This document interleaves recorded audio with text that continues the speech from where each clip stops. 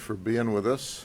I have with me today Dr. Wade from Weber International University, and we're here for a signing ceremony whereby we have selected and are going to now formally begin the Sentinel program at Weber University.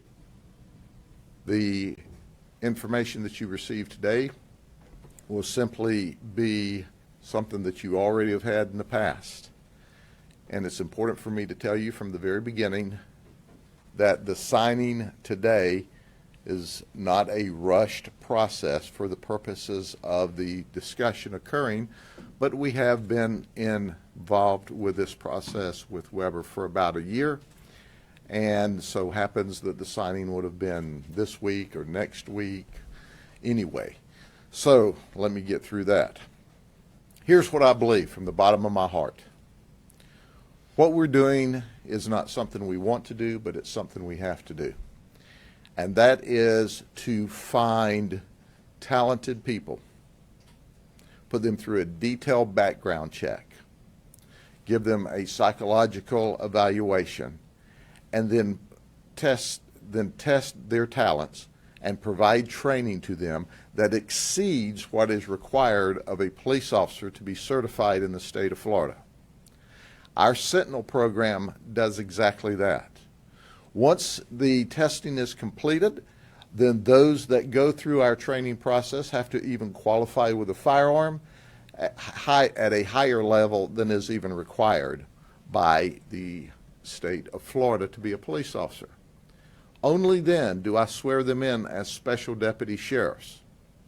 As the elected sheriff of the county and a constitutional officer of the state of Florida, I have the unique authority to create deputies and give them all of the authority of the sheriff, which that is exactly what you do with your regular deputies, or give them a piece of the authority, and that's what we're doing with our Sentinel program.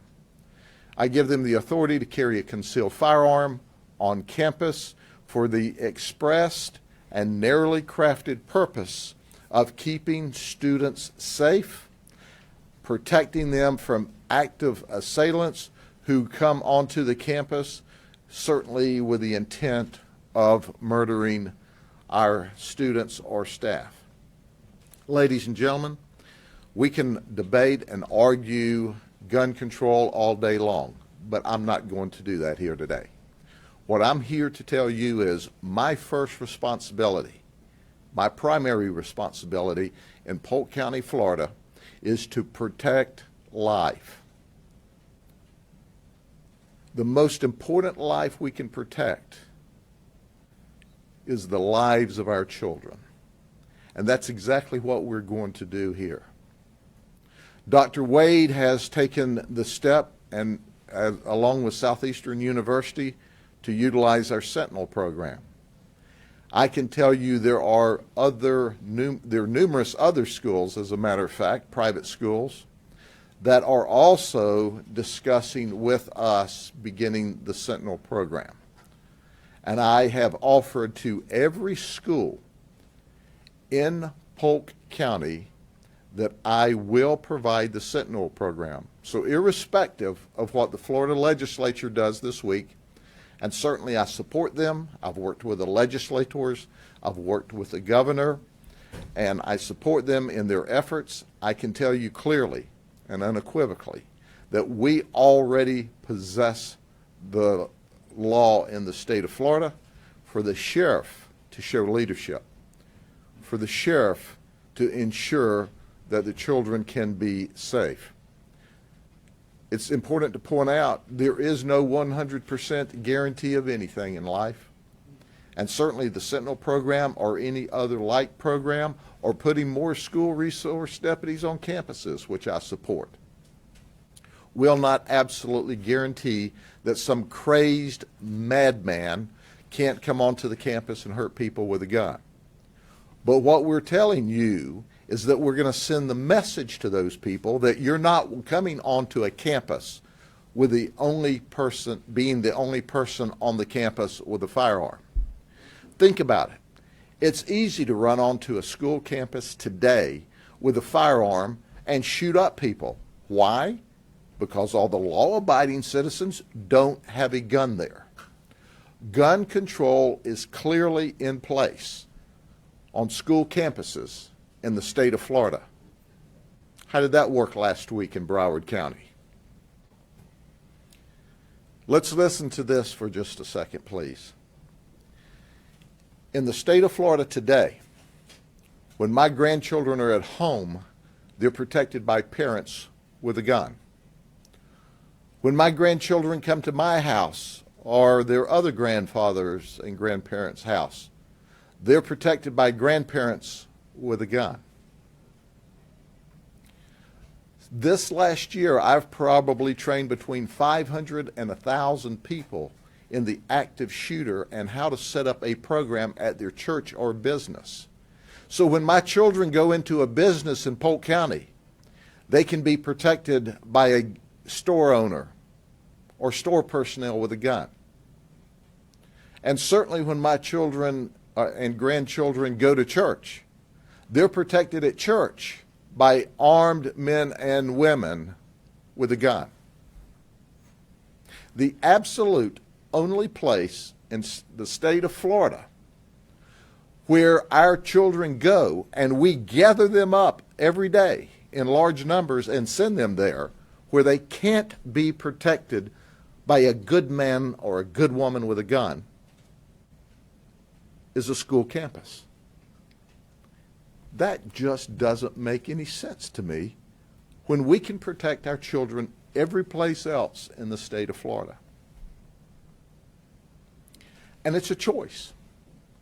There may be some school boards or some chiefs or some sheriffs who don't want that. That's their choice. I have a choice in this county.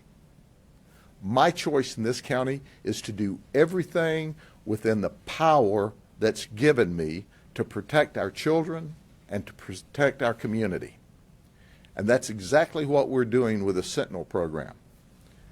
We have the authority, we have the power, we're going to be careful and judicious and ensure the appropriate training and retraining and follow-up training, but make no mistake about it. You live in Polk County, Florida, we're going to do everything we can to protect your children. We're going to offer this training to every school and have. This is not a new issue. We began this process in 2016 here because I and my staff were visual learners. And we watched this all over the nation. And at a staff meeting one morning, I said, I'm done with it. Never again will we not do everything that we know is possible. I'll give you one more caveat before I turn it over to Dr. Wade. I don't believe selecting and training and arming school staff is the first goal. It is the last best way to protect the kids when the shooter arrives. It's not our first priority. Our first priorities, which are in place here in Polk County, we train teachers and administrators. We have systems in place. We're hardening the targets at the different schools. We have created interventions. We need stronger Baker Acts. But my suggestion to you is when all of those interventions fail, or when the madman with a gun circumnavigates all the systems and processes, when that madman walks onto the campus intent on killing our children, we are going to immediately engage him and shoot at him a lot until the threat's neutralized and he can't harm our children, period. I'll turn this over to Dr. Wade, then you can watch us while we sign, and then we'll take questions after we sign. Dr. Wade. Thank you, Sheriff Judd. My name is Keith Wade. I'm the President and CEO of Weber International University, and I think I join all of you in praying that this becomes a waste of both time and money. When I got up this morning, I prayed for peace. It's what I prayed for yesterday. That's what I'll pray for tomorrow. But I'm faced with a choice. If the unthinkable happens, do I want a deputy sheriff across the county or across the campus? If the unthinkable happens, and I pray every day it doesn't, by entering into this program with the sheriff, I've got help 15 seconds away, not 15 minutes away.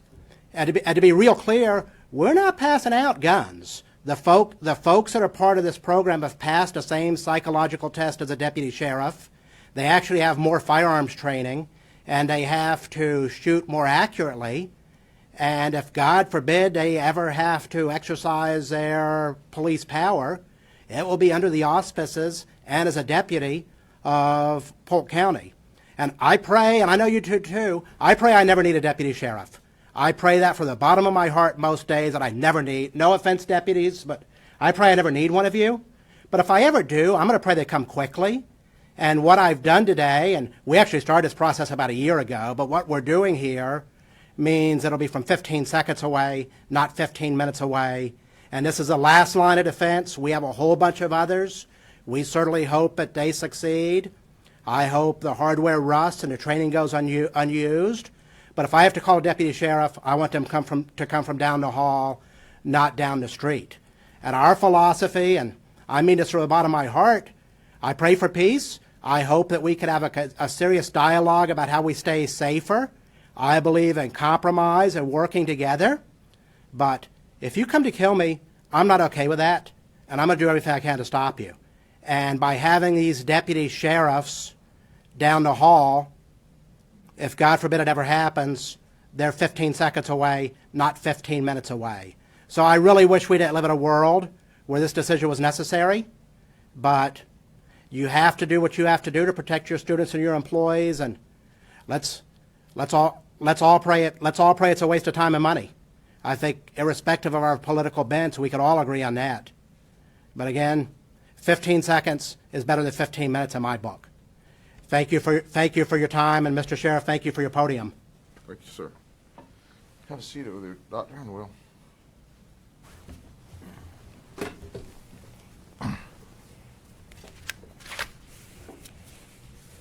you signed first.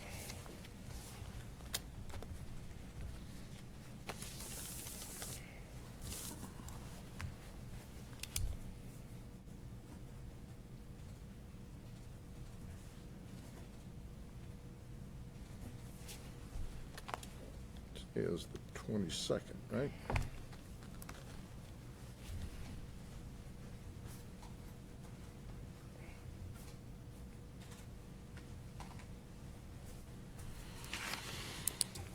Okay.